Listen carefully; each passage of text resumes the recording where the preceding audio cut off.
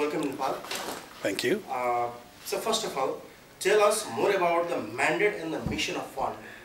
But you know, this fund has been in the making for decades. And the most vulnerable countries have been making the case that those who contribute less to greenhouse gases, unfortunately, they do actually suffer from negative effect of climate change, whether it's economic losses or negative losses. So the case has been made for quite some time to have a fund entirely dedicated to dealing with losses and damage. So the fact that it has seen the day, in my view, it's a great reflection of global solidarity. When countries come together, this is what they can achieve. Now, the mission is that in most cases where you get losses and damages related to climate change, it affects the capacities of the government to respond. It affects the most vulnerable people. It also affects the infrastructures and so many areas. So the fund is really entirely dedicated to making sure we provide the response in a timely manner and making sure that no one is left behind, and that's what the fund is all about. Sir, where are we now and how it's operationalizing the fund? I think this is really a great example of global solidarity.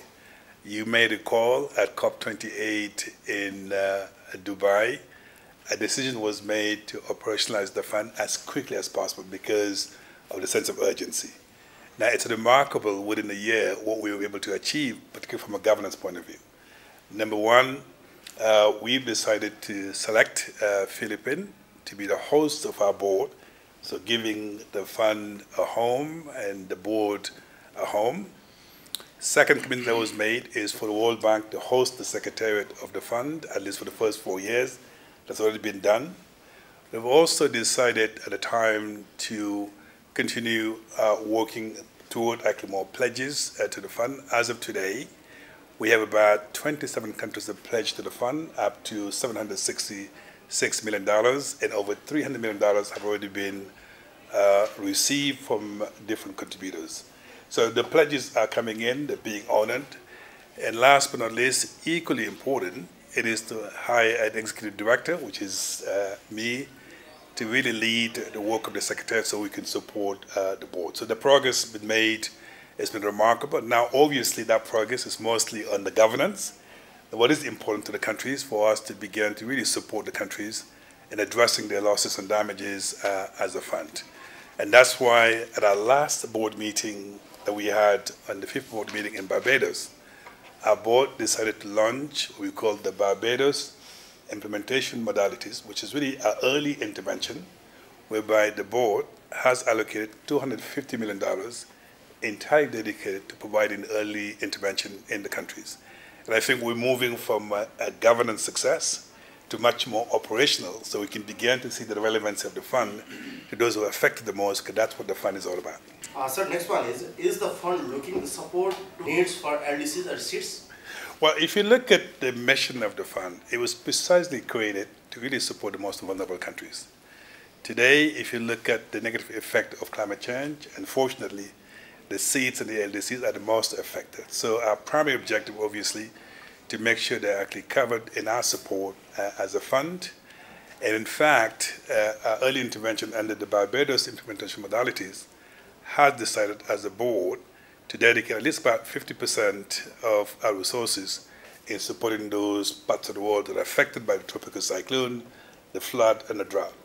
Now, it does not necessarily mean that the rest of the most vulnerable countries are excluded, and that's one of the reasons why I'm here, in making sure also we understand the landscape and the challenges of our region, so we can be effective as the fund in supporting them.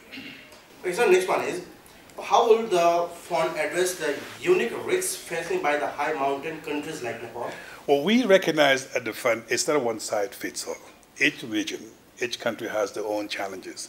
So the mere fact that I'm here as the executive director, it's my commitment in understanding the challenges and the uniqueness of Nepal and other mountain countries. And I think that's a good starting point.